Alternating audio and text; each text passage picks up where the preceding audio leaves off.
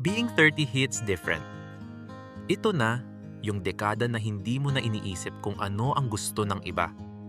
Kasi mas pinipili mo na kung ano ang gusto mo para sa sarili mo. Dati, hinahanap mo kung saan ka belong. Ngayon, ikaw na mismo ang gumagawa ng sarili mong space.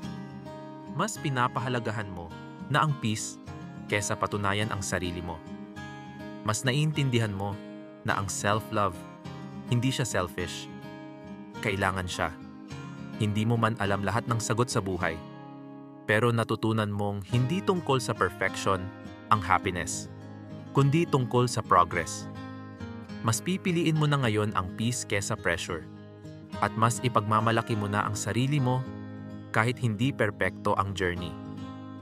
So here's to your 30s, ang era ng confidence, clarity, at pagpili sa sarili mo.